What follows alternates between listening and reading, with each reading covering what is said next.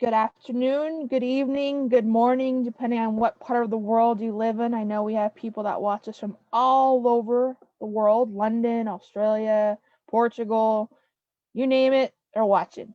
Today is the fourth and final day of the fourth annual Pave the Way Mental Health Summit. I am so excited to be sharing the stage with an incredible human being. Had the pleasure of meeting them on LinkedIn, that beautiful website that you connect to network.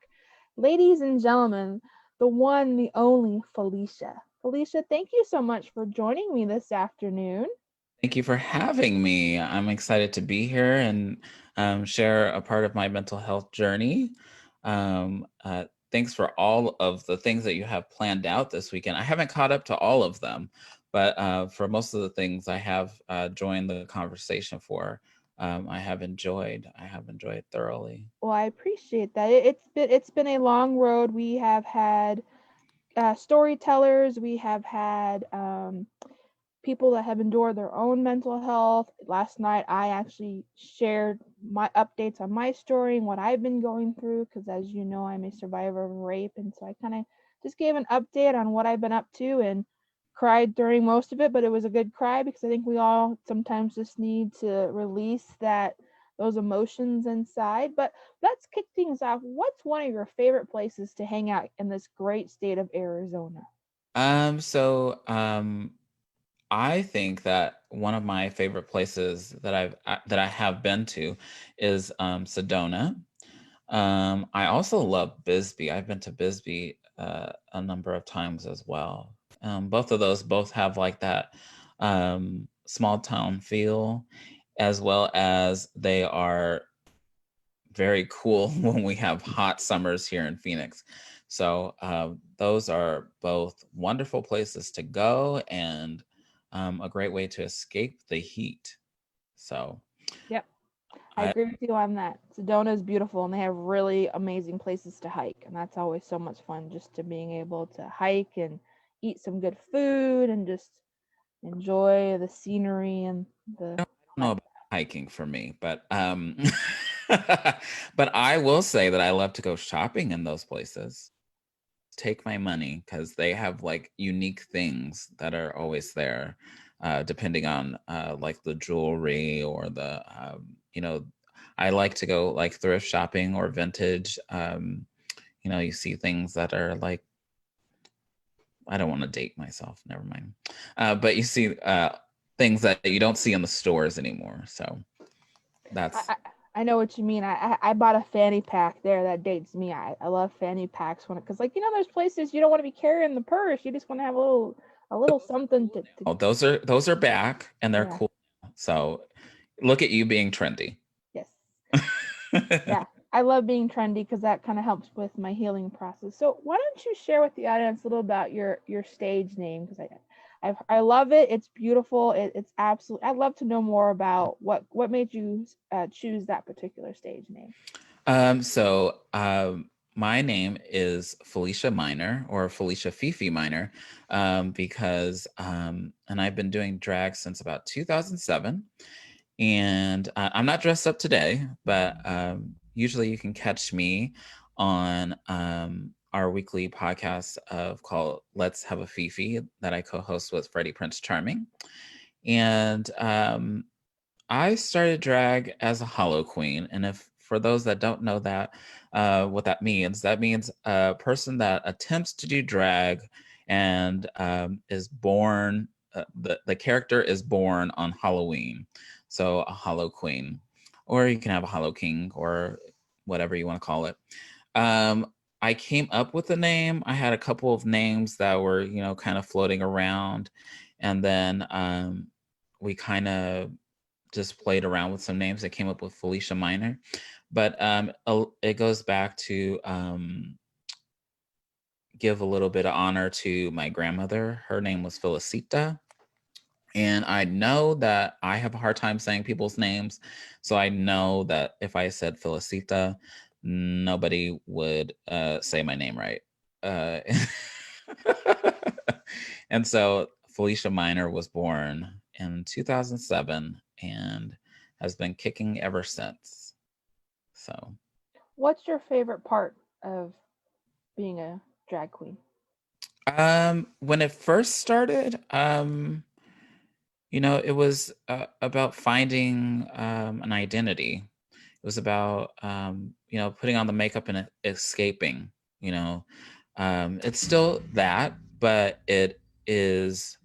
Um, it has a lot more purpose now behind it. It's more of about being part of a community and providing value to the community, as well as maintaining that personal brand or identity. So, I've done some research and I've heard that when it comes to mental health, there are people that feel when they dress up as drag, mm, it's a way for them to express themselves and to be able to share those struggles that they are going through.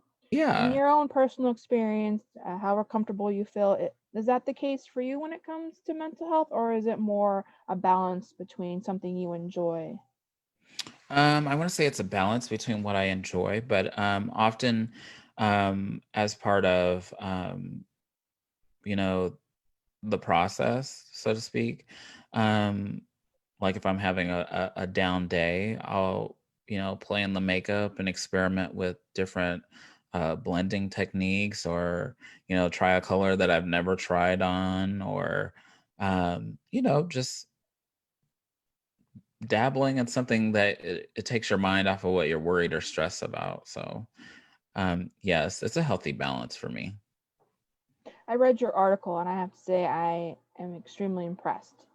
You were so vulnerable in that article that you wrote, and I'd love for you to share with our audience what that was. What was that like writing for you, and was it healing? Was it helpful? Take us through the process. Okay.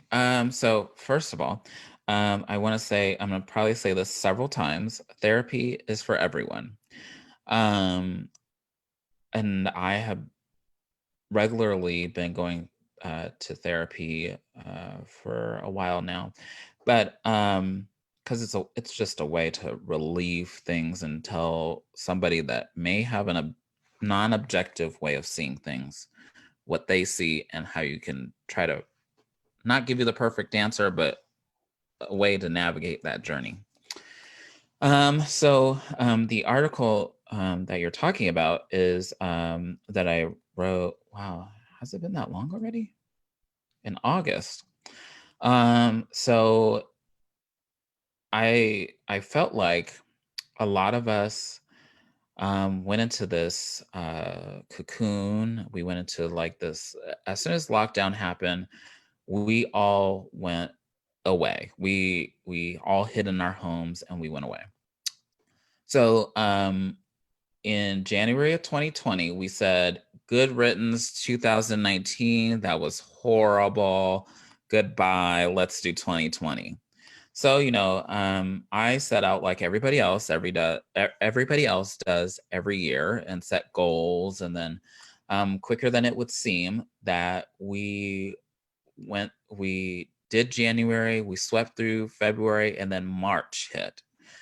And a lot of things happened. Um, and let's say, my mother-in-law passed uh, just before I was about to have surgery for a health issue. Well, I share it on my show all the time. I had a fistula on my butt, which that was hard recovering for. It took 20 minutes to do, but it took like 6 months to heal, and I'm still kind of in the healing process, which is very weird. Um, but then we had to move. We had to do all these things that my mind was not ready for. I went from working at an office to not working in the office to back to working in the office during COVID time, which took over my mind. And then at the same time, we were dealing with racial injustice. So the Black Lives Matter movement started to pick up steam, and we're still deciding what we're doing with COVID. We're wearing masks, we're not wearing masks. So all of that combined was happening on top of my day-to-day life. Um, and it was not okay. The feeling was not okay. So I eventually set an appointment with my therapist. That was like a long drawn out session of why I felt this way. And we came down to the conclusion that I fear death. I have huge anxiety over death. What that stems from is, um, and I couldn't believe it. That's another thing about a therapist. They can hear things and ask you the questions that like go deep. And you're thinking to yourself, like, whoa, I never thought of that. So by the end of my first session of this deep dive, we discovered that I had a problem with death. And probably, as far as I know, I probably have had this fear for a while. First instance that I can remember is that in high school, um, there was this young lady that was like the light in the dark tunnel for everyone. She was a star athlete. She was on, student council. She was everything. And she remained humble. She remained thoughtful. She was just an A+ girl all around. And I remember that she got in a collision with a 18 wheeler. And so I remember not going to the funeral and feeling so um like somebody had just taken like a prize puppy from me. Um, the feeling was worse than that, but it just feels like an empty feeling. And I remember that she was on the cover of the newspaper, the front page, and they showed her open casket. And I just remember thinking, just okay, this is not okay, and bottling it up. That's not a good thing to do. And telling nobody about it, telling nobody about the fear that I had, nothing about how I felt when she passed. I didn't talk to anybody. I don't think I put this in the article, but um, another point of that I dealt with death was that my grandmother on my father's side passed, and it was an open casket. And everybody was I just didn't think that I would see my grandmother ever that way. And somebody made me touch her, and that was like that was like no, like my brain just kind of said, this is not what I want. And all in all, what it strives from is like, I don't want to be, when is my last day? What is the thing that people are going to remember me by?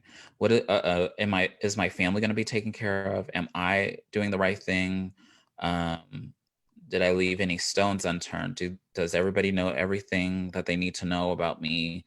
Um, just all these things that, from time to time, I'll think about a friend that I lost, but I won't go to the funeral. That has happened to me several times, especially after my grandmother passed. That I just created this fear that became a bubble that I lived in and caused the anxiety that I created for myself. So instead of telling somebody, it just became this bigger bubble, and I got deeper and deeper inside of it and never let it go. But until um, we dived in, and I realized that my problem with COVID was dealing with the death side, not knowing how you get it, not knowing when you know you got it. Would it be too late? Would it, just all these things that just circulate in my mind. And then I realized, because I've dealt with some other mental health issues like panic attacks and perfectionism. Um, but this this one is way bigger, way bigger. Death seems to be way bigger than I ever thought it would be. I'm sorry, I'm looking at the article a little bit. Yeah, and the guidelines when they came out, that sent me into a tizzy too. At first, okay, just washing your hands will be fine. Okay, maybe we don't have to wear a mask. Oh, now we have to wear a mask, and I don't have one. I wasn't going anywhere because I had surgery right when we went into lockdown. And so I couldn't go anywhere. So I was at high risk. It's just all these things. And I have asthma, just bleh, the list. I was living off of this list and thinking I can't go anywhere. So it just became a whirlwind. And then when I sat down with her and told her about all the things I was experiencing, and she tore it all apart. And she says, "You have a fear of death and it causes you anxiety."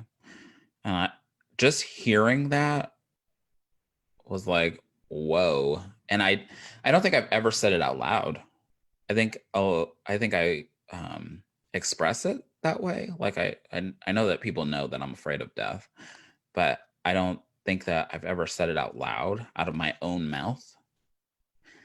And then it became a breaking point where I finally felt free, free enough to talk about it, free enough to write this article, and free enough to find out what's next in my mental health journey.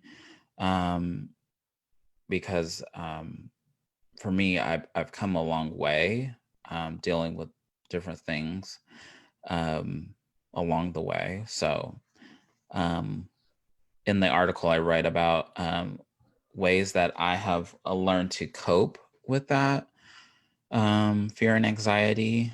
To say it's been easy is far from it. And being an entertainer is part of one of those ways of letting things go. But there was things that had to go deeper. It just needed to happen. Especially dealing, and also that played in the mix was the Black Lives Matter movement. Because I wasn't sure if I should go out, and I still haven't gone out to like protest, but I do things like on social media. I raise money for like Black-led organizations, stuff like that. So that was one way of coping. Some other stuff that that I learned about myself is that I should not bury my feelings and keep it for a rainy day or until it hits an explosive point, because that's the part where it's dangerous and it hurts even the people that don't need to be hurt. And when I say don't need to be hurt, I mean people that may be helping, who may be supporting you, just protecting the innocent, and even those that have made you feel the way you feel, protecting their feelings too. Though in some cases you may not care, but that is one of the things. So,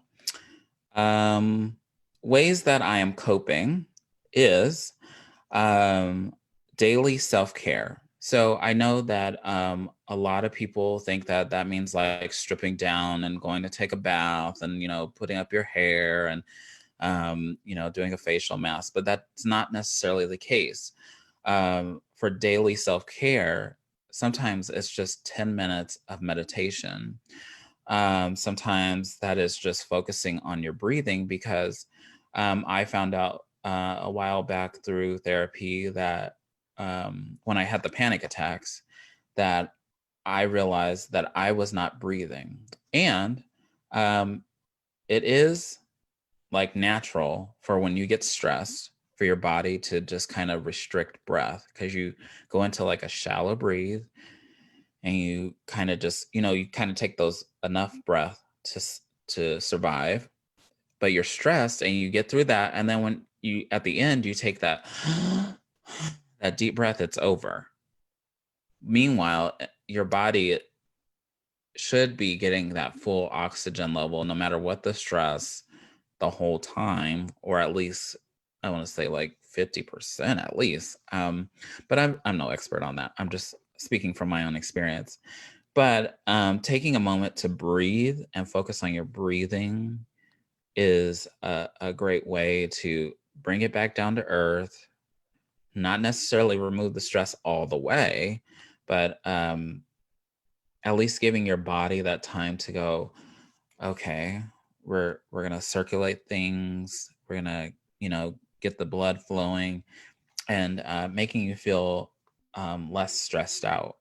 And I know that feeling completely, especially with like some deadlines and things.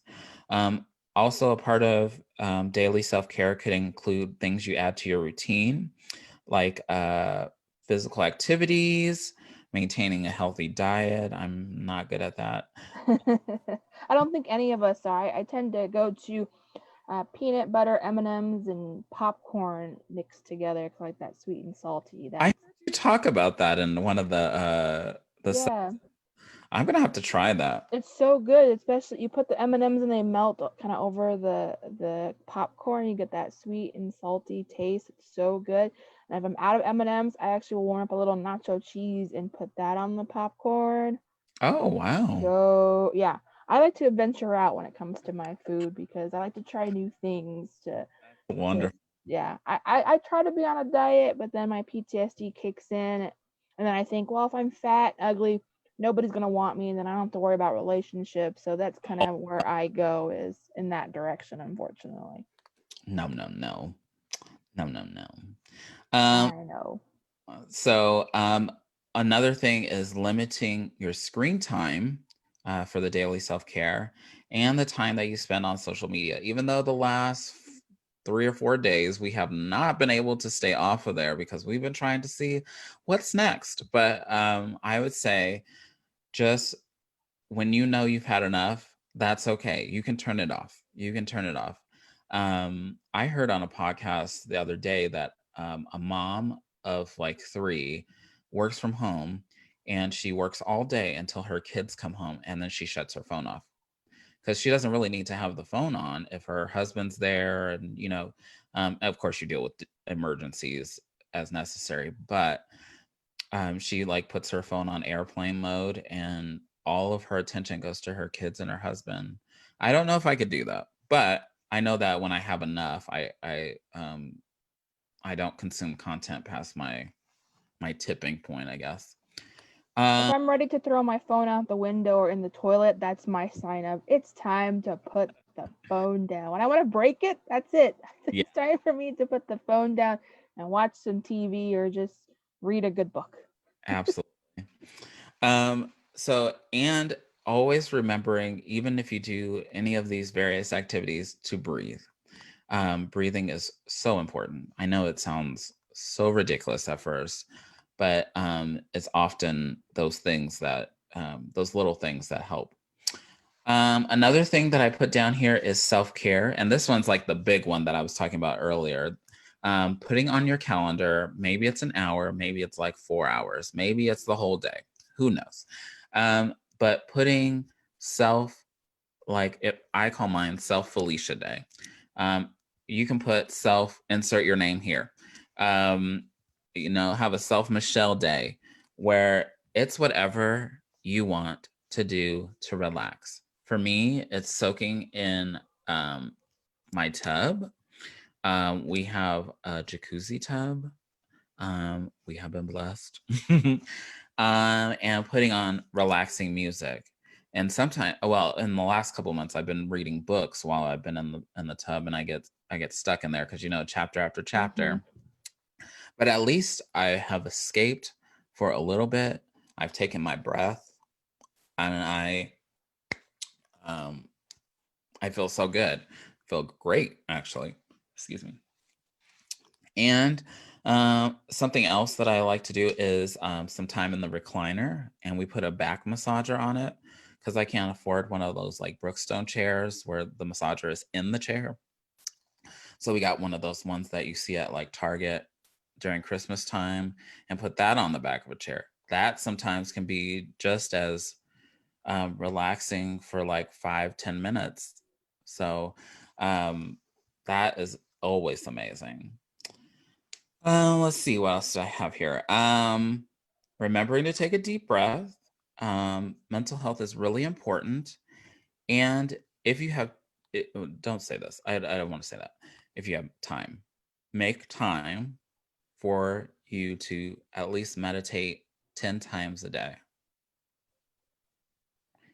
Just in little increments. I know that you won't reach 10, especially on your first try. It's not full on, get on the floor, cross your legs, hum, and then but sometimes it's taking your eyes off the computer, putting your head down and just focusing on your breath, and then you get back to what you're doing. Because um it just goes back to that. The breath is so important. So important. And 10 minutes for me, 10 minutes, because I think, and if your mind starts to wander, it's totally fine. I use an app called Calm, and it walks you through like a 10-minute meditation. They're different each day, which helps keep it kind of smooth so you don't like hear the same thing every day.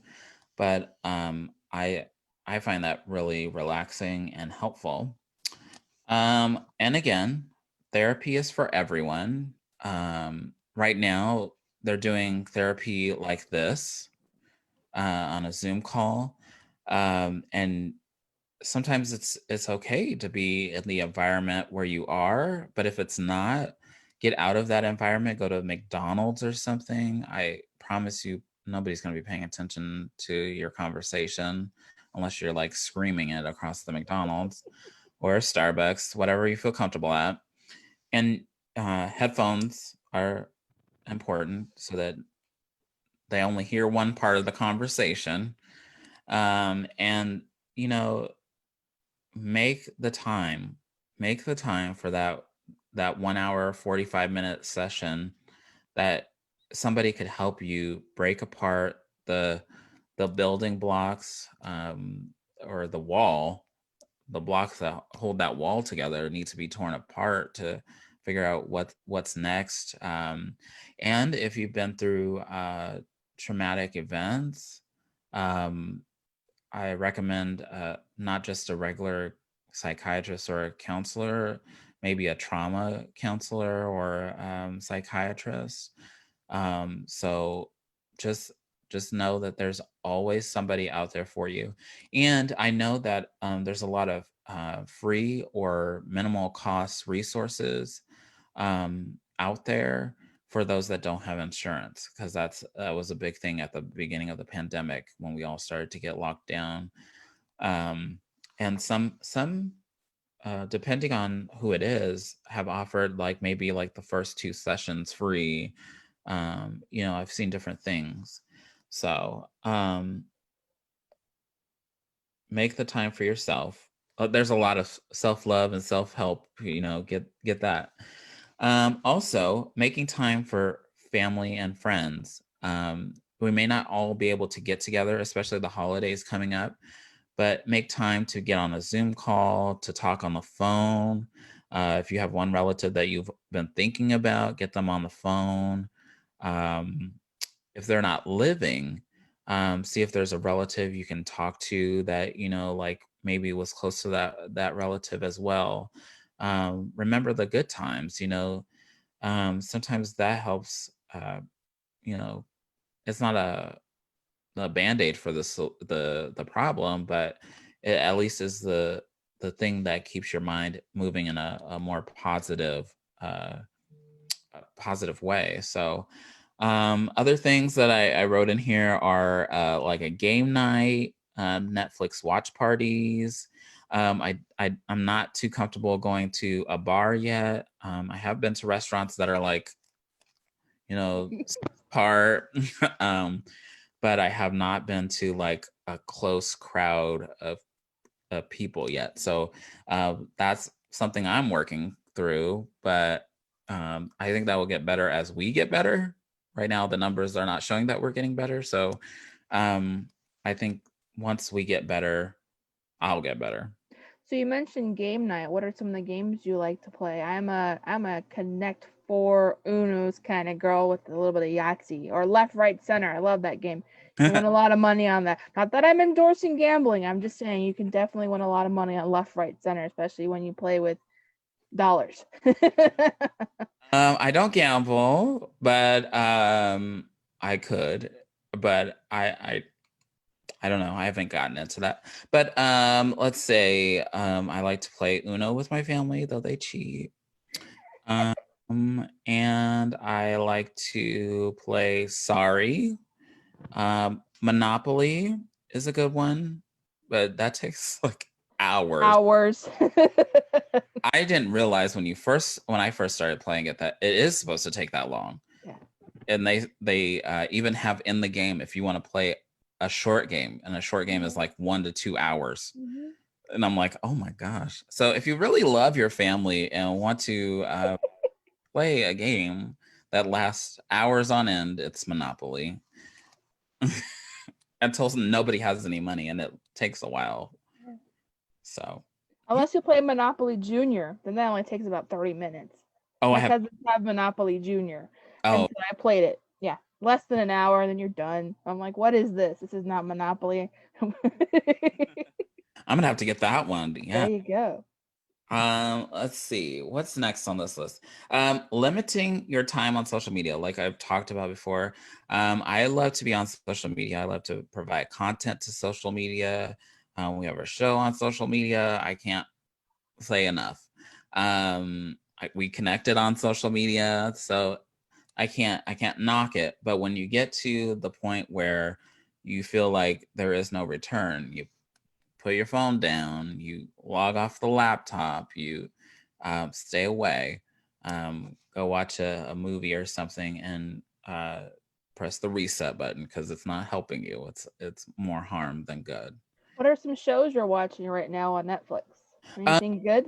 So especially after like May, when the Black Lives Matter movement happened, I felt like I needed to educate myself more. So I've been watching a lot of like Black documentaries, and learning a lot.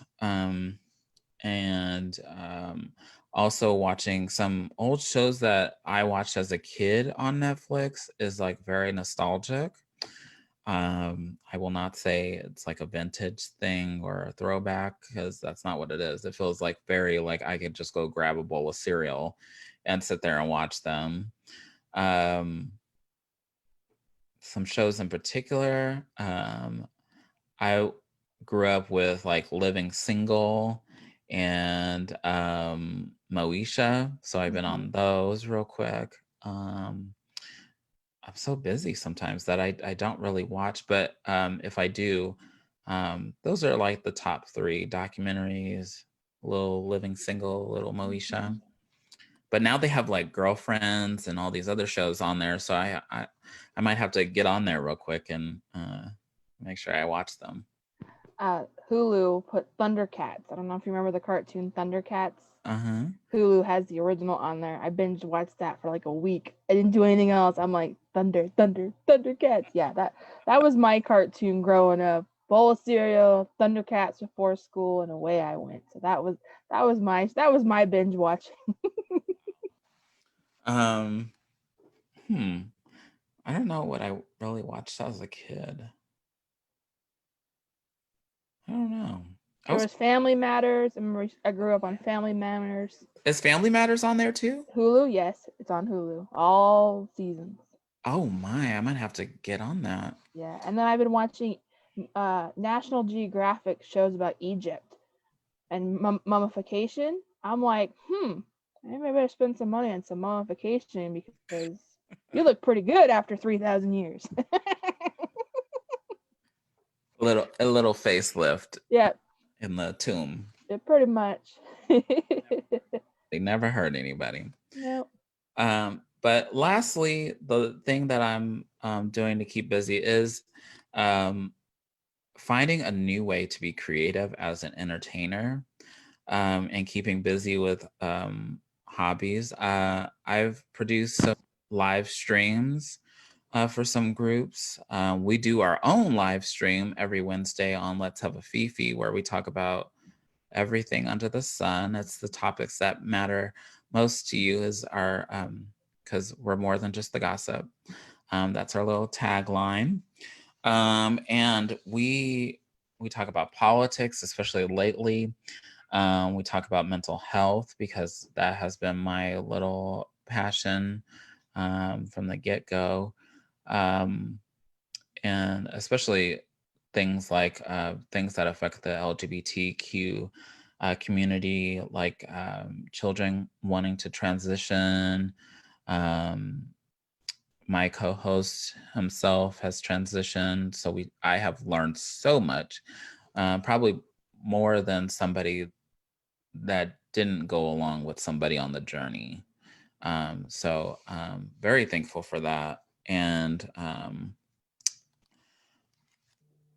what else? I have been doing fundraisers. I've raised almost $5,000 since March for Black-led organizations, as well as LGBTQ organizations and some other community organizations, like Brown Girls Do Ballet. The first one that I did was for the Black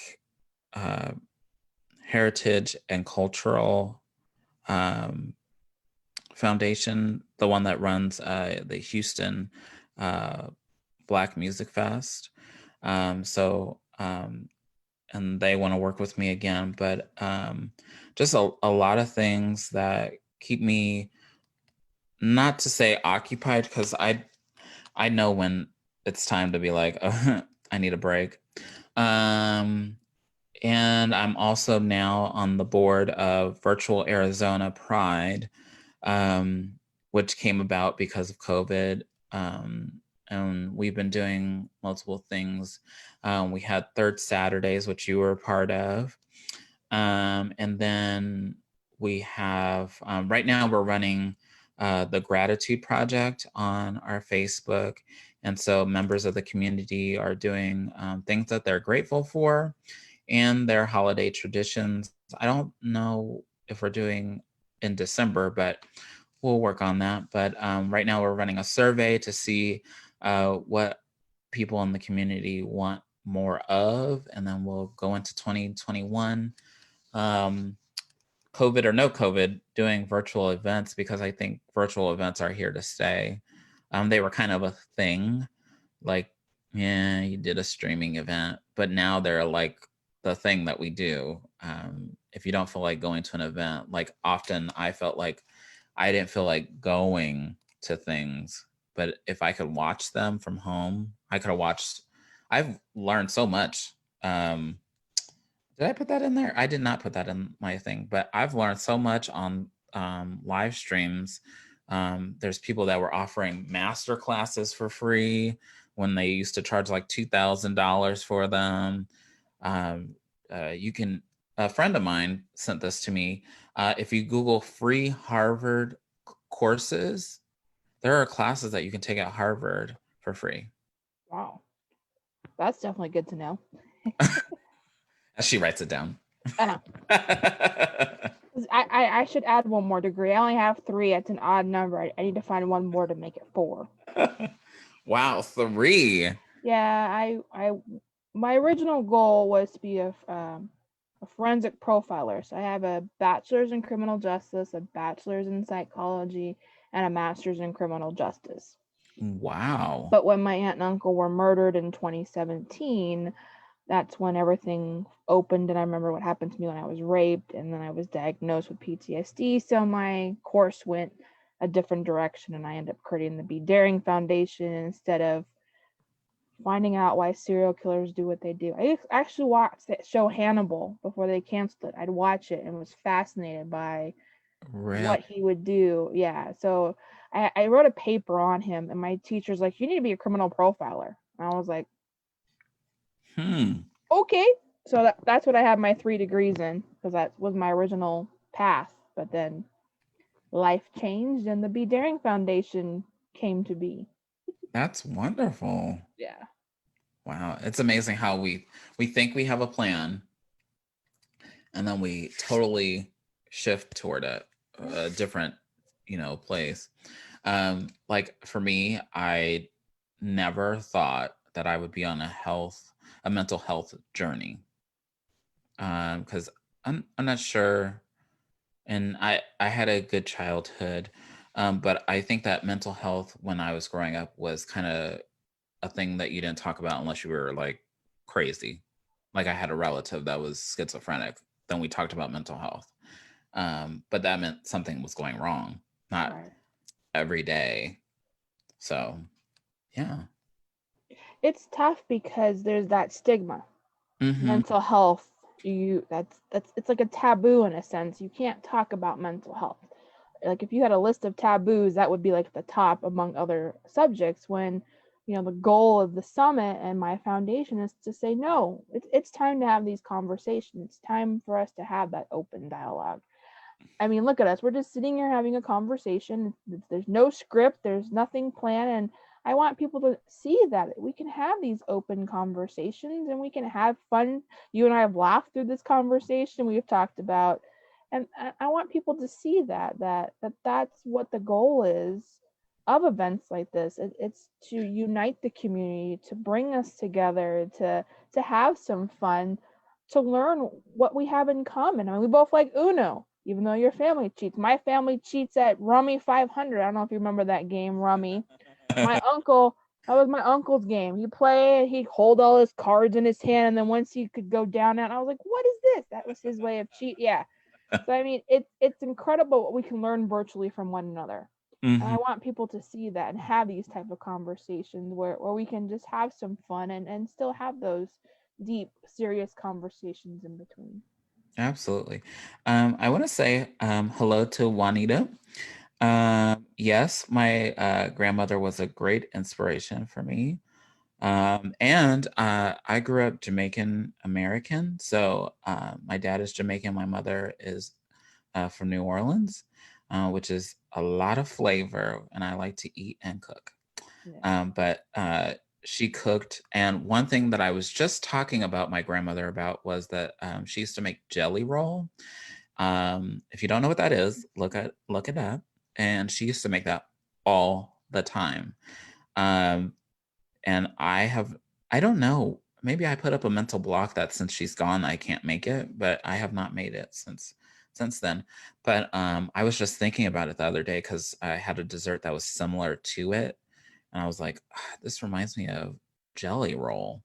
I might just make it because like every time I talk about it I think like, oh my god, that's amazing, something I Yeah. remember. I'm the same way. My grandmother, I'm half Italian, half Hispanic, so I get the best of both worlds. And so Mm. my dad's mom used to make these Italian cookies every Christmas. And I've actually stopped because it's so hard to make because it has yeast in it, and so if the weather's bad, too humid, it blows up the cookie. So I'm hoping to get back into it. It's just hard to do without her because that was the one thing we did together. I have the original recipe. It is so old it's literally like crumbling. The paper's brown and it's just Wow. like, yeah. And so I'm hoping in the next year or two I'll be able to dive in and make those cookies again because I know my family misses it. It's just you're right, it's hard because you get all those memories of how the kitchen smelled and the laughter, and you're like, okay, where's the person? Oh no, they're not here. I still had her number in my phone till like last year, and I actually dialed it once, and luckily it was disconnected. I was like, whew, hopefully, hopefully there's nobody on the other end of that phone call because that would be a little weird. Mm. Yeah. So, what's your favorite type of Jamaican food that you liked growing up or still like? I like oxtail. Ooh. I like jerk chicken. What is that? I've heard that before. What can you kind of describe it or Um, I almost want to say I don't want to get burned for describing it wrong though. is it because people are mad at the chicken they beat it, so it turns out to be No. It's all about the spice. It's all about it's so good. It's so good. And it's a healthy blend of like herbs and spices. Ooh. It, it, mm, mm. So you could describe it as the spice chicken, kind of in a way. It's all based on the way you spice it, the flavors you use to give it that authentic taste. Yeah. There It's you go. um let's see. Juanita also said, bottling up your fear can create emotional distress and anxiety. We all have fear, but it's how we respond that makes the difference. I agree. It's important to share and expose those fears. Absolutely, because I I think the more I share the article or the more I talk about mental health on our show, or I think about things that affect your psyche, um, I think that I become not an expert or anything like that. Not anywhere near that, but it opens up a door for, like you said, the conversations to happen, for people to know that I'm dealing with it and not wondering, okay, why are they acting like that?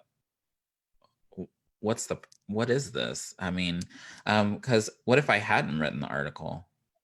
What if I was still um what if I had ignored it and didn't even mention it during therapy? Um, just different things. And there have been times, including recently, that my therapist has been overly booked because this is the time where people are not sure what to do. We've had a political season that was quite the storm, still could be, but just so many things. Telling your story is the one thing that helps other people most of the time.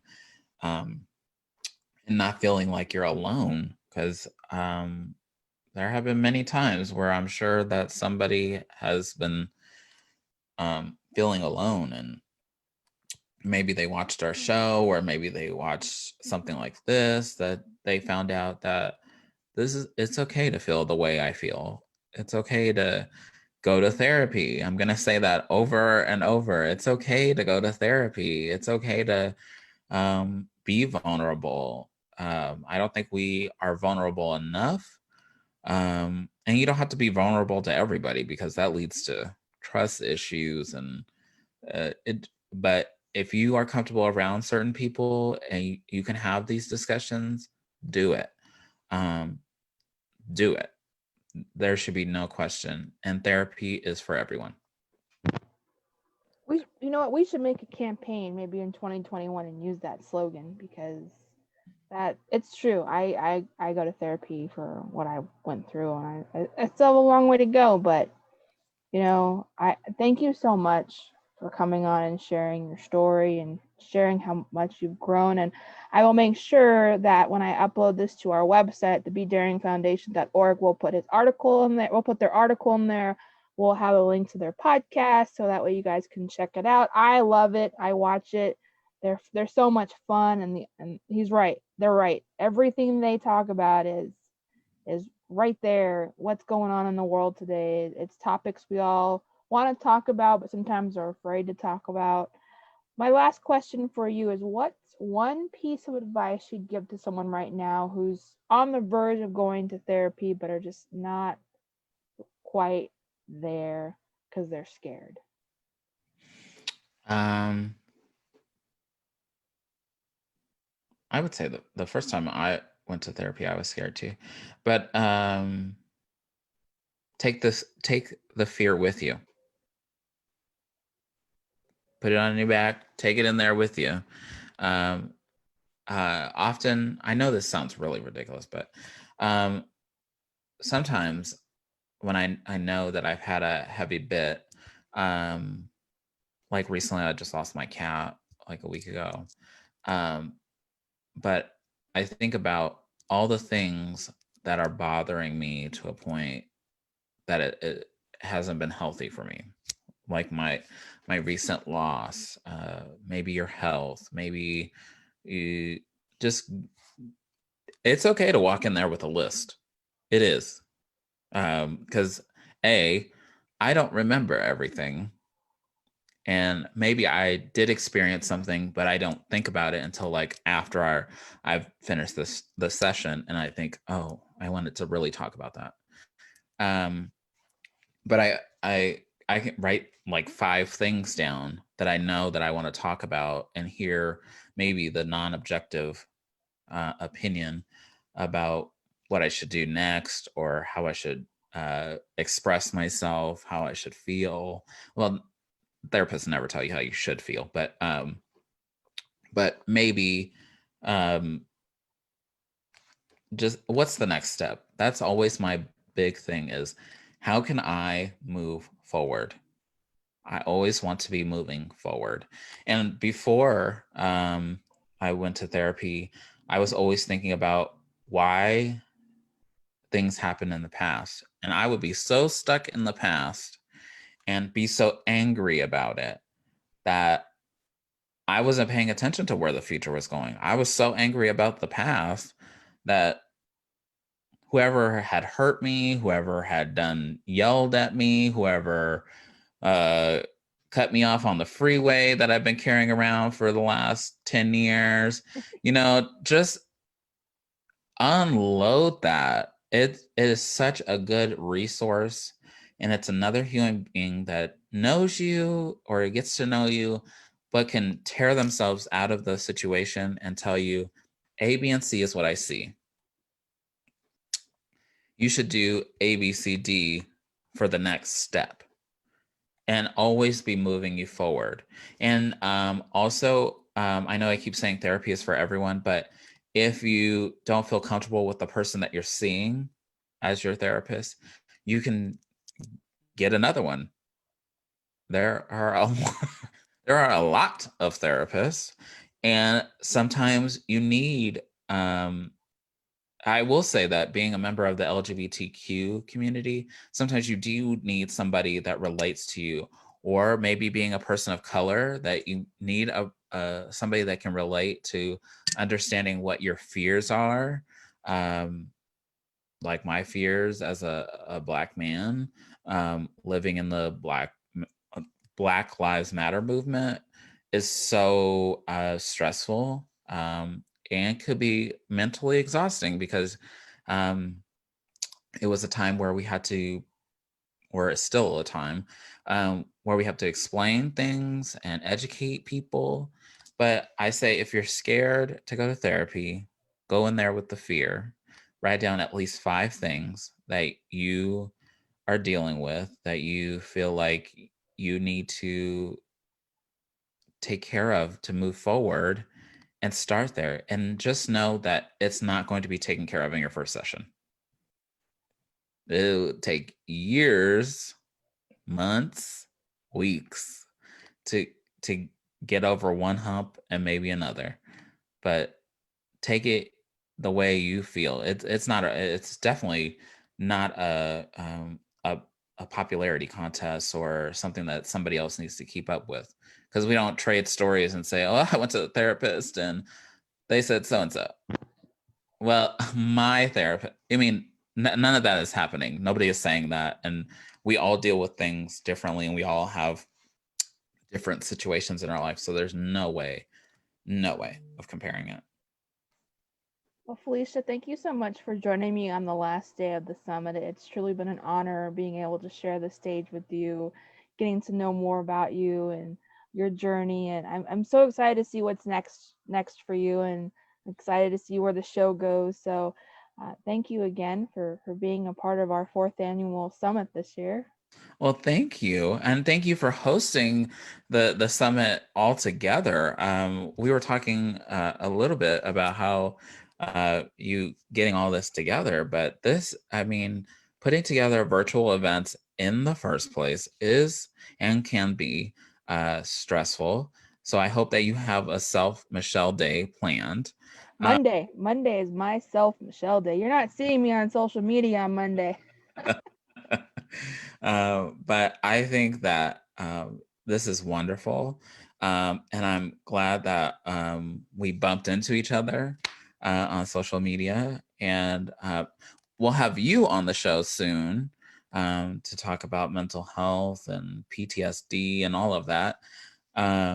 But thank you for having me. If anybody is looking for me on social media, I'll come back and tag it in the live feed, and it'll be on your website and all that stuff. So I'm so happy that I did this. This is better because I had a pre-recorded one, but this was so much better. But thank you for having me. Well, thank you. Guys, we'll see you back here at 4 o'clock for the grand finale as we finally tie this thing with a little pretty bow. See you guys at 4 Arizona time. Stay safe, everyone. We'll see you guys soon.